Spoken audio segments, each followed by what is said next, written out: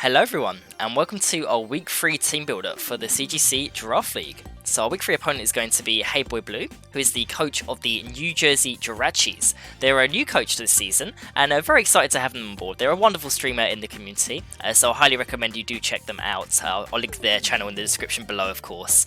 They're currently 2-0 in the season, so very solid start. I believe we're the only 2-0 teams in the league, or in the Naranja division, I should say, currently. Of course, not everyone in the Naranja division has played 2 matches because of how the buys are working, but yeah, very interesting that we are the only 2-0 teams currently, so yeah, got to make sure that we try and do our best to make sure that we remain the only undefeated 3-0 at least, so yeah, gonna be a fun one. His team's pretty solid overall, so we'll go over his team, of course, before getting to mine. We've got Grimstar as the first pick, which was a really smart pick, honestly. Grimstar's one of those mons that in VGC, you kind of expect it to play a supportive role. Now, of course, it's still a very tricky mon to play around if you don't know what set it's running, because, I mean, the move pool of this thing is just so diverse, it's insane. Like, you've got Reflect and Light Screen, of course, there's Thunder Wave, Taunt, you know, I'd be here forever if I tried to name all the defensive options, but it's not just one-trick pony in its defensive capabilities, because it's got a very high attack stat, base 120, and it's got a crazy physical move pool as well to make good use of that, even like a respectable 95 special attack, so you can run this thing both physical, both special. It gets Frisk, which is amazing for a closed team sheet draft, as we all know from how good our Noiven's been with that so far, so yeah, it's not just going to be a prankster mon. It also does get Pickpocket as well, so gotta watch out for that. It's kind of harder to use, of course, because the team may get a little bit on the gimmicky side, but if you've got a planned strat, I can totally see that working, so yeah, very tricky mon, and definitely got to watch out for it this week. We got Sylveon next, a very solid attacker overall. We've got double fairy at the top, so you know, when fairies are kind of limited in the draft, it's kind of solid to take some of the best ones in the A tiers, so yeah, it's a very powerful attacker. Like, if 110 special attack is nothing to scoff at by any means, but I feel like you kind of underestimate the damage it's going to do, because once it starts clicking the Pixelate Hyper Voices, it does a lot of damage. I also got, like, it kind of got a buff in this generation in the form of Terra Blast, because unlike where most mons it's going to have a normal type Terra Blast, the Pixelate with the Terra Blast makes it so that it's actually a fairy type move before it goes Terra, so it kind of works as like a single target dual type move, depending on if you want to Terra Sylveon in the game or not. So yeah, very cool interaction. I do love that they implemented that into the game. And outside of that, it's got a bunch of utility moves as well. It can set up with Calm Mind, which can be very scary if left unchecked. It gets things like Yawn, you can do quick attack with it. So yeah, it's definitely not just gonna hyper voice you to death. You've got to watch out for the other tricks it has up its sleeve too. Speaking of tricks, Armourouge is an absolute nightmare already when you don't know what set it's going to be running in VGC. So in draft, this thing is a force to be reckoned with. It's probably the one I'm most scared of, probably just after Bishop maybe. Bishop and Armourouge are the ones I'm most worried about, so yeah, Fire Psychic is a very good both offensive and defensive typing, to be honest, because even though Psychic doesn't hit loads for a super effective, there's also not much that resists it, and paired with the Fire, there's not much in the game that resists both these stabs, so yeah, it's a really tricky mon to get around overall, because I mean, it's got so many good offensive moves, but it can also set up with Calm Mind, it can do Trick Room, it's got a solid base stat overall with like not only a high special attack but good defenses as well, so yeah, it's kind of a really tricky mon to work around. I've got a good plan on how we're going to beat it this week though, so hopefully it won't be too much of a problem. Bishop is definitely the thing I think I'm most scared of for this week. Darksteel, again, just a very good offensive typing overall, and another buffer at this generation in that, you know, now we've got King Ambit, which I'm so glad we got the evolution. It gives a chance for Bishop to shine on the more defensive side in having Eviolite. So there's no real good reason to run Bishop in the usual VGC with King Ambit now being in the game, unless you're looking for that more speed overall. But yeah, in draft, it's a totally viable pick and a very good B tier for blue for sure. So Defiant is definitely something you have to worry about when trying to use some of the moves that we've got planned for this week. I do like the idea of using Snarl against the Armor Rouge and Sylveon, but we've got to be very careful of just spamming that when there could be a Defiant Bishop in the back, you know, so we're even on the field at the same time, so got to watch out for that. We've got Tauros, the Aqua form. The Paldean Tauros is as the next mon, which is, again, I really like its offensive capabilities in fighting and water. Very good dual stab. You know, Urshifu, Rapid Strike is already a pretty good mon back in Gen 8, and yeah, it's nice to have another fighting water type, because for so long I feel like we didn't really have many good ones, because Poliwrath just wasn't cutting it for the longest time. Gen 8 might have been a bit too much with the Urshifu in some of the formats we played, but Tauros and Quaquaval, both as some solid fighting monsters in Gen 9, is something I'm very happy to see overall. It's got good abilities. You've got Intimidate, of course, which is something that I do have to watch out for. I might be able to take advantage of, though, because we do have a Defiant Annihilate, of course, on our team, so yeah, no, spoilers, we might be bringing that this week. It's also got Anger Point, which I don't really see any particular way to activate Anger Point on Tauros this week, unless Cryogonal gets, what's it called, the Frost Breath, isn't it? I'm actually not sure if it does. Does it get Frost Breath? I'm curious now, let's have a look. Oh, it does! Okay, very cool. So yeah, I guess the Frost Breath strat with Cryogonal could work the Tauros, so definitely got to watch out for that. Yeah, because I mean, just being able to side proc and get max attack Tauros running over my team, that is something very scary. So yeah, we've got Electros next, which is it's actually going to be the first week that Blue has an option to bring this. He swapped it out over Cyclizar just in the most recent week, so I'm not too worried about Electros as a mon, but I'm curious to see if he does bring it, because, you know, picking up a mon the week before you play someone definitely leads you to be curious on if they're trying to pick it up because they think it might give them a better chance against me, of course, but you never know. I think it's just a solid all-around mon for the draft, and I can see why it was swapped out for Cyclizar, because Blue's team is very bulky overall. Like, there isn't too much in the speed tier, as you can see kind of from all these mons at the top. Like, we've only got Tauros as a base 100 speeds, and kind of goes way below that afterwards, so I totally understand going for like more of a slow, bulky approach, especially when you've got Armor Rouge and Spiritomb, which can both set Trick Room now.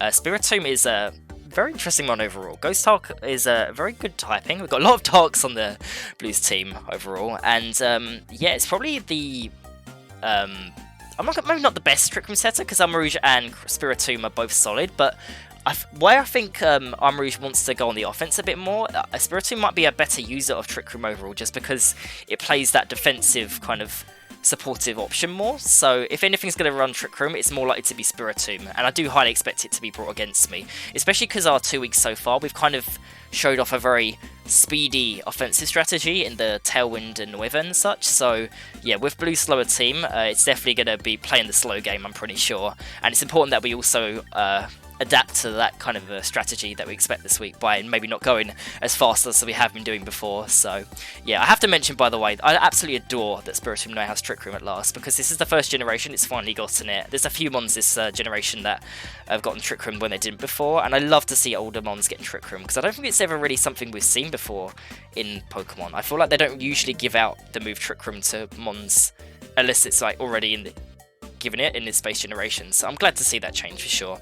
Cryogonal is definitely one of the better D tiers that Blue picked up. I already mentioned the Frost Breath strat with Tauros, which is definitely something you have to respect as a mode, but I mean, it's got really good speed, to be honest, at 105, especially like with Blue's draft not being that fast. It's got Icy Wind, which is an excellent speed control tool, of course, and solid special defense as well, so yeah, even though Ice is the best offensive typing, it offers a very unique kind of role on his team. So yeah, I could totally see Cryogonal coming to our team. So we got to watch out for that. We've got Cypher next, which I'm not too worried about, but I also can't underestimate as well, because we have got a couple mons that are a bit on the flying weak side, like Venomoth and Annihilate, and again, it's speed tier other than the Jolteon and Noivern, it isn't bad by any means, so while I don't expect it to be brought, because I feel like the Noivern and Jolteon might scare it off a bit, like, it's got, honestly, really solid stats overall, especially when you consider the Eviolite potential on it, so yeah, I feel like Cypher's probably, it's tough to bring both Bishop and Cypher when you want Eviolite on both for Blue. Of course, both can work perfectly fine without Eviolites, but maybe that might be why Blue goes kind of one over the other, and if it's going to be one, it's going to definitely be the Bishop if I had to guess, so yeah, we'll have to see if it comes or not. And then speaking of more potential Eviolite users, we've also got Girafarig in the D tier as well, so not bad mon by any means, but again, I'm not too worried about it overall. It's got middling of defenses, but of course the Eviolite will definitely strengthen that by a long shot.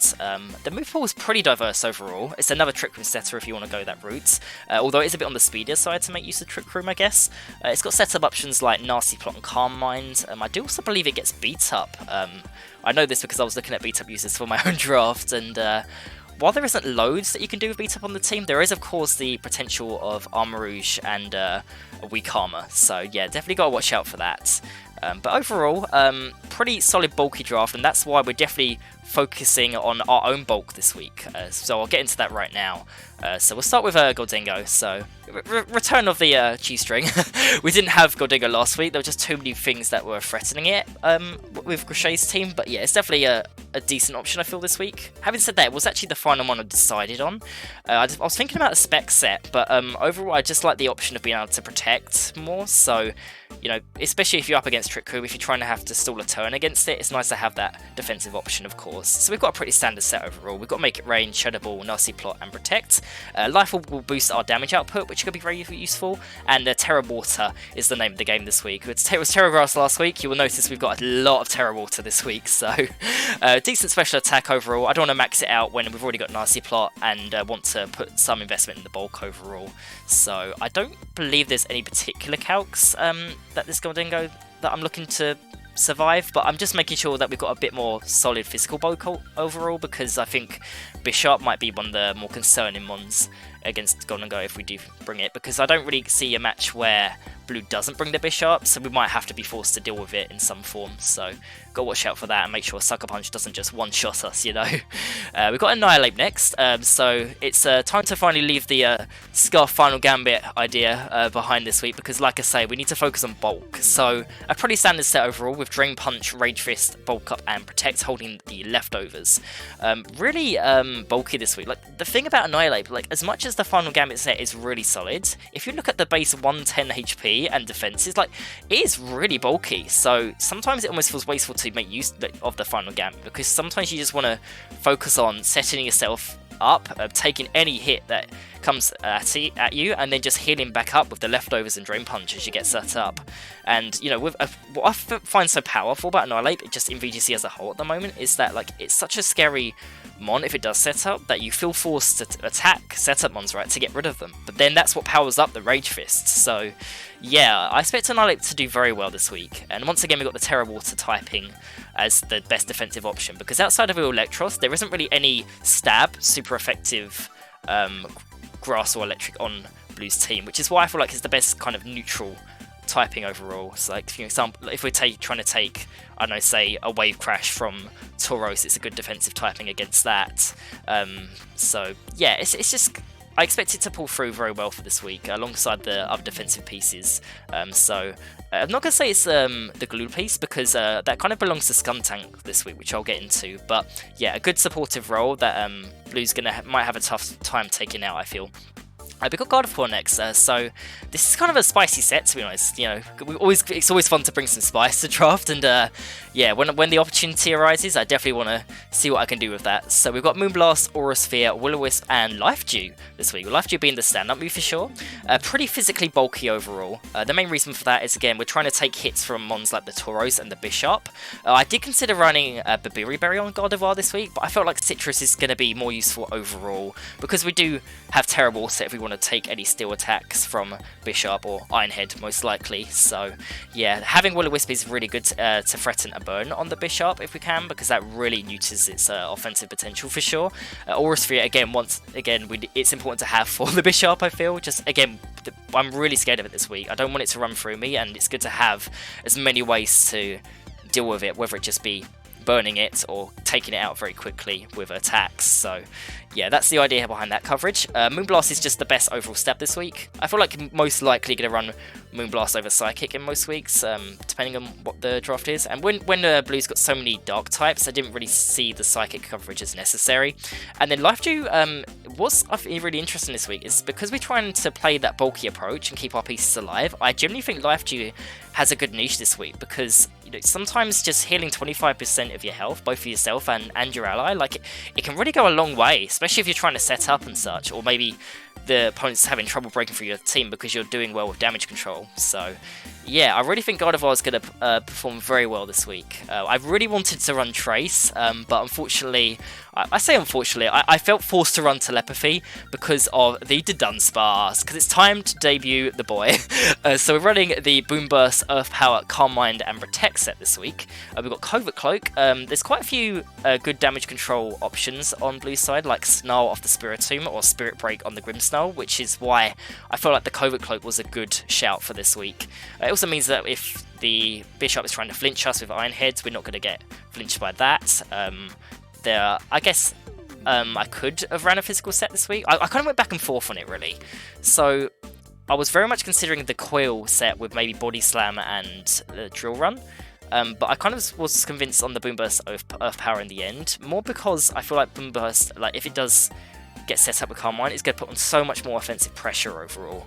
The one concern of running Boom Burst of this week is the Armor Rouge. I do expect it to run Wide Guard. Any Wide Guard user against my team is always one that I must keep an eye on, because I feel like Wide Guard is very likely into our team because we've got so many potential special, or not even special, but just spread move options, whether it be through Golden Go with the Make It Rain, Boom Burst on the Dunsparce. So yes, and we've got so many good mons to synergize with the Boom Burst this week, because of course we've got our 2 ghosts here, we've got a Telepathy God of War, and we've even got a Terra Ghost Gun Tank, which we'll get to in a moment. So yeah, speaking of Terras, we're Terra flying onto Dunsparce. We decided that water wasn't the best one for this, mainly because I feel like if we're going to ever Terra, it might be because we're going to try and survive an incoming close combat or something from a Tauros. So it's nice to at least resist that first attack, and it might give you a bit more of an advantage by being able to get a surprise Terra to resist an attack, So Boom Burst and Overpower is just good coverage overall, really, because Boom Burst, I say coverage, it's such a powerful stab for the Dunsparce overall, of course, and then Overpower kind of covers what Boom Burst can't hit very well. So of course you've got Armor Rouge with the Wide Guards. It's nice to threaten that with an Earth Power if we need to. You've got Bishop as well, which is why I wanted to run Earth Power. Calm Mind is just a great setup move because, again, focusing on the bulky options, being able to set up with Calm Mind, maybe heal up with Life Dew alongside God of War, it just seems like a really powerful tool, and if blue can't break us quick enough, then it should be able to just do a lot of damage overall. It's kind of why I decided to go special in the end as well, because even though the coil set seemed nice and appealing, I feel like it felt too similar to Annihilate, and I feel like Annihilate is just going to be better in the role of setting up on the physical side overall. So yeah, it's nice to have both the physical bulk up and then the special Calm Minds options overall. I decided to go with Rattled over Serene Grace. So the reason for that is because even though Serene Grace does seem nice for the Earth Power, I actually am worried about potentially activating Defiant on Bishop, because if I was to attack it and then have a higher chance of lowering its special defense all of a sudden. And when a mon has Defiant and Sucker Punch, that's just not a combo you really want to go up against for sure. So yeah, that's the reason we're going Rattled overall. Rattled does get you speed boosted if you ever get intimidated, which is definitely something that could happen with the Tauros on his team. But I don't really expect it to play too much into this week, so yeah, and outside of that, we just got like a decent special attack overall. The bulk is pretty nice overall. I believe it means we can survive, is it 2 Iron Heads? I believe we survive from Bishop. Actually, no, I think that's Skuntank's bulk that allows us to do that.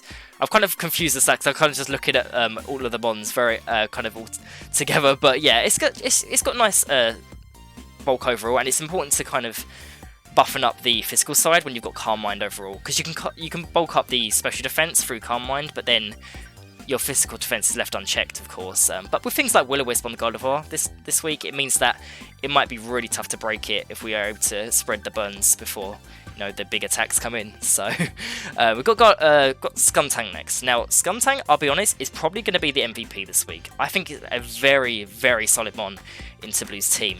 We're running Gunk Shot, Snarl, Acid Spray, and Fire Spin. So wild set overall. The Assault Vest allows us to just soak up any special damage that's coming our way. Blue doesn't have any ground types on the team, so of course, while maybe a certain Terra Blast here or there or just ground terrors are a thing, I just feel like it should be a really good defensive option into basically everything on Blue's team. Like, I don't really see a game where I don't lead Skuntank in some form, because the way it's able to threaten big KOs with Acid Spray or Snarl just to get damage control on things like the Sylveon and the Armor Rouge. I just think it's a really solid mon overall. Acid Spray is deadly this week. We've got very good speeds to take good advantage of the Acid Spray this week. Once again, because I expect the Trick Room strategy, I don't think we need to invest much in the speeds this week. So what we've got here is a Skuntank that outspeeds all of our special attackers, whether that be Gardevoir or Golden Go. Even though it's only by one is all you need, right? So, of course, if Trick Room goes up, that may mess with the Acid Spray speed tiers and such, but the idea is that if I can just lead Skuntank plus a special attacker, I can probably threaten a one-shot on any mon I like if blue isn't prepared, other than Bisharp, of course. That's kind of why we're running the Fire Spin, because even though the set is very good, I've got to be very careful with spamming Snarl if the Bisharp is still in play, and having an option to at least attack it in some form is really good, so hence the Fire Spin. It's a kind of a odd choice, but it's actually kind of... It really should stack up damage overall, because once that Fire Spin gets going, the opponent, you're going to be trapped in. It's going to be 1/8 of your HP every turn, and I think having damage through like set forms is actually really nice this week. The Grimmsnarl, of course, might make it harder to break through teams when there's potential screens in play, so having moves that do set amounts of damage is just really nice to have overall. And Aftermath is a really nice combination with the Assault Vest, because it punishes any physical attackers that try and take me out with contact moves. So it might be hard to break me on the special defensive side, so you go for the physical defense, right? But then you get Aftermathed, so yeah, once again, set damage, really nice to have. And we've got Terra Ghost. Main reason for that over something like Terra Water, like with most mons, is so we can potentially Boom Burst with the Dunsparce next to it. So just having more options to do that is, of course, very nice, especially for a mon that can't protect. So yeah, and I believe I didn't really put much priority on the attack this week, but I believe 4 attack Adamant Gunk Shot should be able to pretty much always one-shot max HP Sylveon. There's a good chance it would have a bit more physical bulk than that, but I thought that was a really nice calc to have overall. And once again, higher base power moves like Gunk Shot over Poison Jab when you haven't got much attack investment is just kind of a solid shout overall. So yeah, that's the idea behind Skuntank. I expect it to do very well this week. We've also got Knuckle Stack to finish off our team, which unlike all the other weeks, we may be running a very similar set. Pretty much always running the Purifying Soul Eviolite with a Salt Cure, Body Press, Recover and Protect. The spread is mostly the same, just a slight alteration, done a few calcs, and overall I think this should be allow us to survive a few hits here and there. So that's nice and all, but I think what's really nice about Knuckle Stack this week is that it might be able to actually synergize with the Salt Cure and the Fire Spin. Now, I don't know if I'm going to be able to get that off, but of course Salt Cure doesn't actually trap opponents when you get off your Salt Cure, so being able to potentially Salt Cure and then Fire Spin a target, it seems really nice overall. So yeah, that's the idea behind that, and the reason I think Knuckle Stack, unlike the first couple of weeks, should definitely come this week is just because of the Trick Room strat. Like, the fact I can just soak up a lot of damage and hit things with Soul Cure to kind of rack up damage over time, and then I have mons like Will-O-Wisp Gardevoir, Life Dew again, even have Recover on it. Like, it's going to be really hard to break these kind of cores. It's like Skuntank, Knuckle Stack and Gardevoir, I feel like it'd be a very strong core 3 this week, and then I kind of bring either Golden Go, Annihilate or the Dunsparce, depending on what I'm seeing and feeling really. So yeah, that's the main idea behind it. So even though Knuckle Stack was kind of that defensive backbone that I wanted in the previous weeks, I expect it to play kind of a pivotal role here. So I don't expect it to be sitting on the bench this time, which is very exciting. We've got Terra Water on it, of course. Again, similar to the first 3 mons, it's just the best defensive typing overall. Say we're trying to take maybe like a... I'm trying to think what's probably the threaten us the most, I guess. Like an Iron Head or something from the Bisharp. That might be nice to take by going Terra Water. So yeah, just a good Terra typing overall. It's just, the thing is, like, you don't have to worry too much about duplicating Terra types on a team when you don't have any of those types anyway. So, it's not like we're going to have 4 water types per game. It's only going to be 1 if we Terra on any of these options. So, I don't think there's too much harm in doing the same Terra type on many mons, providing it's a good shout into, a lot of the offensive pieces, which Blue's team definitely has. So, yeah, I'm very excited for this week overall. I think I've mentioned everything that I was hoping to. I guess one more thing about the Trace on Gardevoir. Like, I felt forced to run Telepathy because it's even not running Protect, and we got the Boom Burst onto Dunsparce, but the Trace definitely would have been nice for maybe tracing the Flash Fire on Armor Rouge, especially considering we don't really have a set to really hit it for much. Maybe tracing the Intimidate would be nice in most situations. There is one potential situation which wouldn't be good if I was to trace like the Intimidate of Tauros when the Bishop is on the field and then give it a Defiant boost somehow. But yeah, overall it would have been nice, especially like maybe tracing the Prankster of Grimmsnarm as well, like Prankster Life Dew and Prankster Will-O-Wisp just sounds really deadly. So, but then you've also got things like all the Dark types which I may not be able to burn either if with the Will-O-Wisp if I was to trace Prankster. So there might be some weird anti-synergy there, and therefore I just feel like Telepathy is just a reliable, safe bet overall. So yeah, I believe that is everything I wanted to mention about the team. Yeah, definitely a more bulky approach, like I've mentioned, and I really hope it's going to do well for this week. I think the prep we've done for this week is pretty great overall, so we'll have to see how it performs in the match itself, which I hope you will join me in that. It's going to be a very exciting one for sure, so yeah, I hope you stop by and watch it when it goes out. Take care, everyone.